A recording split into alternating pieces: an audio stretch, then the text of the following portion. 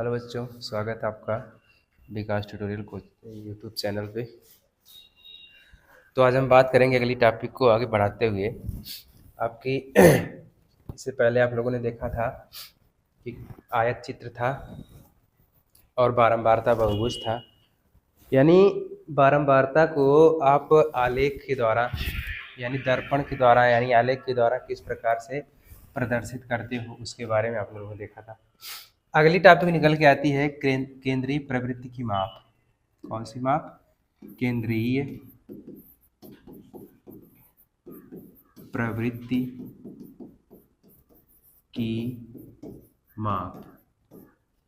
केंद्रीय प्रवृत्ति की माप में आता क्या क्या है? इसमें तीन बातें आती हैं। एक तो होता है यानी माध्यिका, दूसरी बात आती है माध्य, जिसे आप औसत भी बोलते हो, समांतर माध्य भी बोल सकते हो।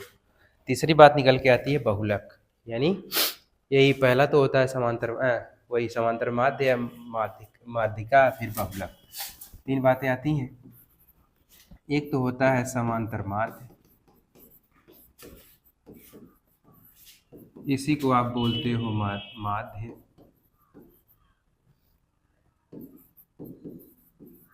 इसी को आप बोल सकते हो औसत। ठीक, तो यानी आप लोगों ने देखा समांतर माध्य और समाध्य औसत, ये तीनों बातें एक ही होती हैं। और दूसरी बात निकल के आती है आपकी, दूसरी बात होती है माध्यिका,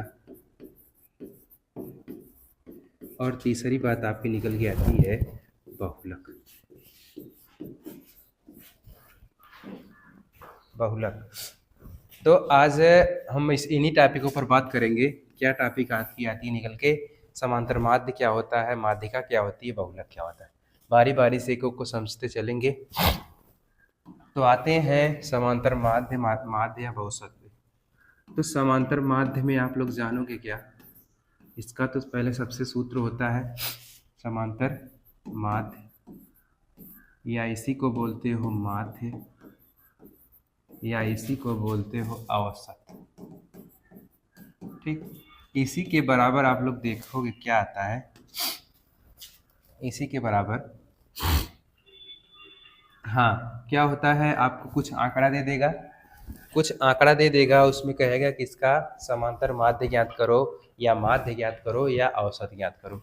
तो आप लोग करते क्या हो आंकड़ों, यानी आंकड़े आपको दे दिए तो आप वहां से लिख सकते हो कि पदों का योग बटे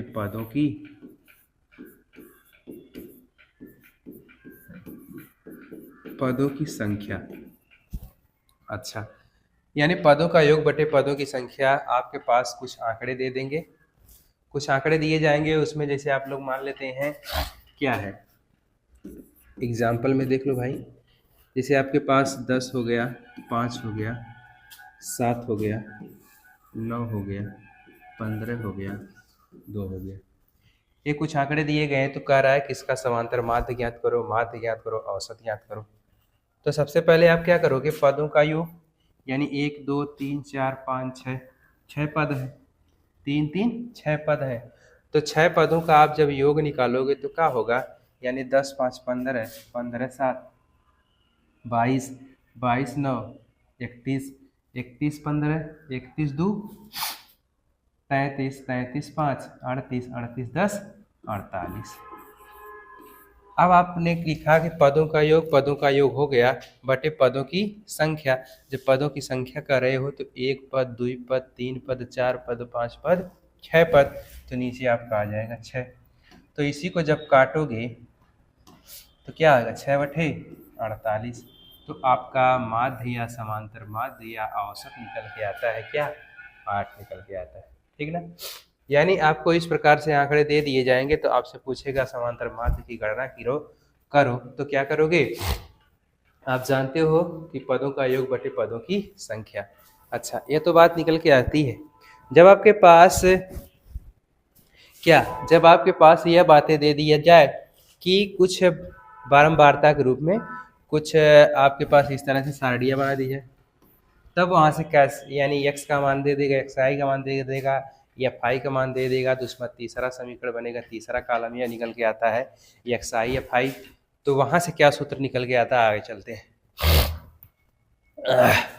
यानी आपको सारणी में दे देगा, ये आपका 2 कॉलम होगा, जिसमें आप इसे जानते हो एक्स आई और इसे आप जानते हो एफ आई। यानी इसको आप बारंबारता बोल सकते हो, इसको आप अंक बोल सकते हो। ठीक, तो यहाँ से आपको दे देगा, मान लेते हैं आपको 5 दे दिया, 10 दे दिया, 15 दे दिया, 20 दे दिया। वही बात है कि किसी कक्षा में टेस्ट लिया गया तो 5 अंक, 10 अंक, 15 अंक, 20 अंक पाने वाले विद्यार्थी, तो 5 अंक विद्यार्थी मान लेते हैं आपके पास 10 हैं, 10 अंक पाने वाले 2 हैं, 15 अंक पाने वाले 1, 20 अंक पाने वाले 3 हैं। ठीक, अच्छा, आपके पास जब आपके पास इस तरह से सारणियाँ दी रहती हैं तब उनका समांतर माध्य होता क्या है, यहाँ से नोट कर लेना आप लोग।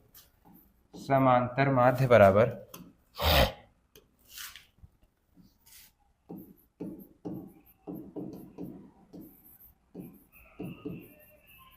समांतर माध्य बराबर होता है sigma x I F I बटे सिग्मा एफ आई।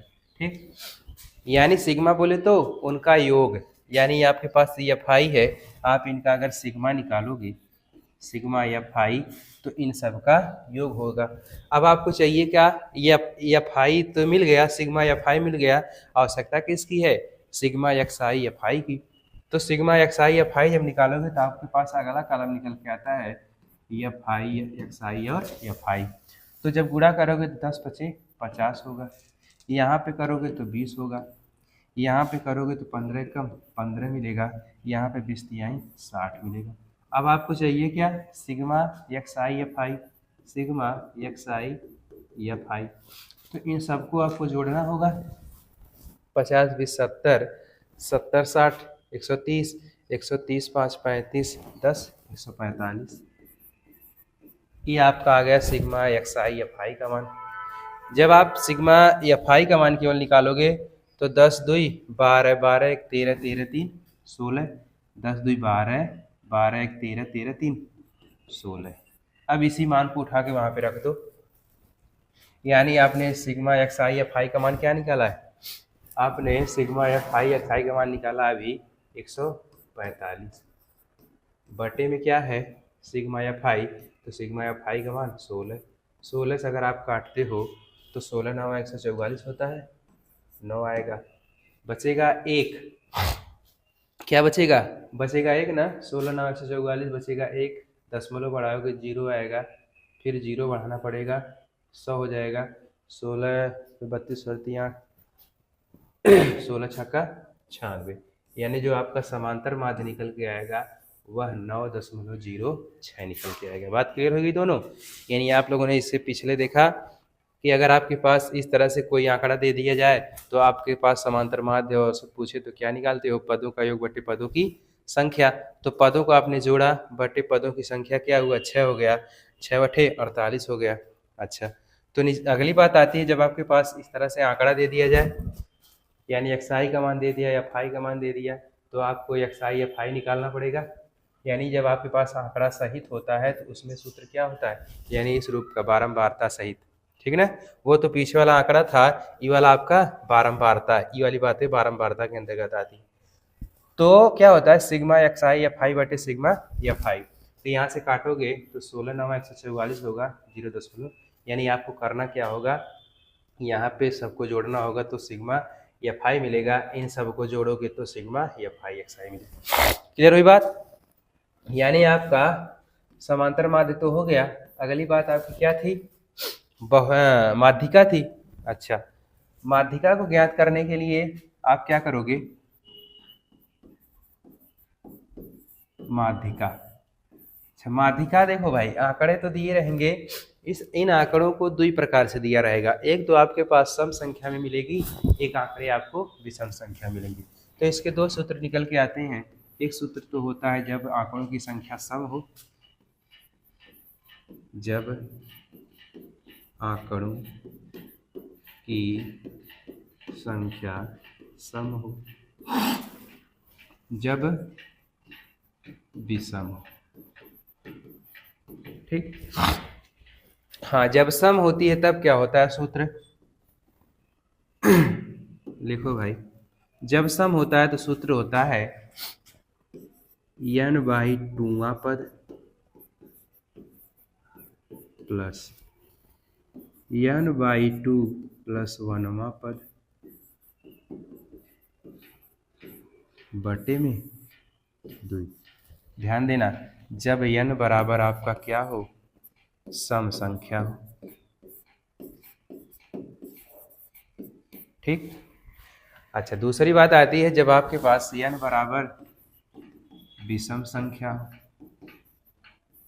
विषम संख्या होने के नाते बस थोड़ा सा सूत्र मिलता है n + 1/2वां पद। ठीक।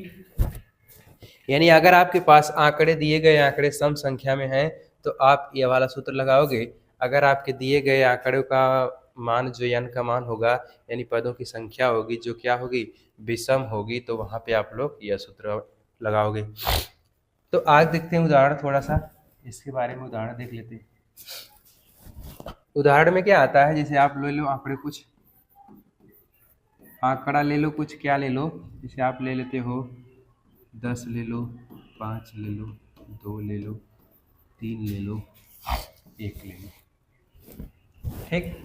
अच्छा, सबसे पहले तो आपको इन बातों को बढ़ते क्रम में लिखना होगा, आरोही क्रम में। यानी अगर माध्यिका का सूत्र लगाना है तो माध्यिका सूत्र लगाने से पहले अगर आंकड़े आपको क्रम वाइज से ना देकर इस तरह से दिए गए हैं तो आप करोगे क्या, पहले तो इसको आरोही क्रम में रखोगे। तो आरोही क्रम में जब रखोगे तो क्या मिलेगा, 1 मिलेगा, 3 मिलेगा, 1 के बाद 2 मिलेगा, 3 मिलेगा, 5 मिलेगा, 10 मिलेगा। ठीक। तो आप क्या करते हो, यानी 1 पद, 2 पद, 3 पद, 4 पद, 5 पद, तो n का मान आपका क्या है, विषम है। जब n का मान विषम है तो आप सूत्र जानते हो n + 1/2वां पद। बस यही पे रख दो। तो रखोगे क्या, इन सबको, यानी 1 2 3 4 5 है तो n का मान 5 होगा। यहाँ पे आप लोग लिख लेना n बराबर 5। तो रखोगे जब n + 1/2वां पद, तो n का मान 5 है, प्लस 1 करोगे बटे में 2 कर दोगे तो 6/2वां पद आएगा। क्या आएगा, वां पद। तो 2 3 6 यानी तीसरा पद। कुछ लोग तो डायरेक्ट यही बोल देते हैं कि यही आपकी क्या निकल जाती है, माध्यिका आ जाती है, लेकिन यहाँ से आपको गिनना पड़ेगा 1 2 3, यानी तीसरा पद आपका क्या है, 3 है। तो तीसरा पद क्या आपका है, यानी माध्यिका जो आपकी निकल के आएगी माध्यिका बराबर 3। क्लियर हुई बात। यानी जब आप आंकड़े आपके पास विषम होते हैं तो आप जानते हो n + 1/2वां पद, तो यहाँ से आप सूत्र रखते हो तो 2 3 6 होता है, तो तीसरा पद आपको आएगा। क्या आएगा, 1 2 3, यानी तीसरा पद आपका 3 है, तो माध्यिका भी आपकी निकल के आती है 3।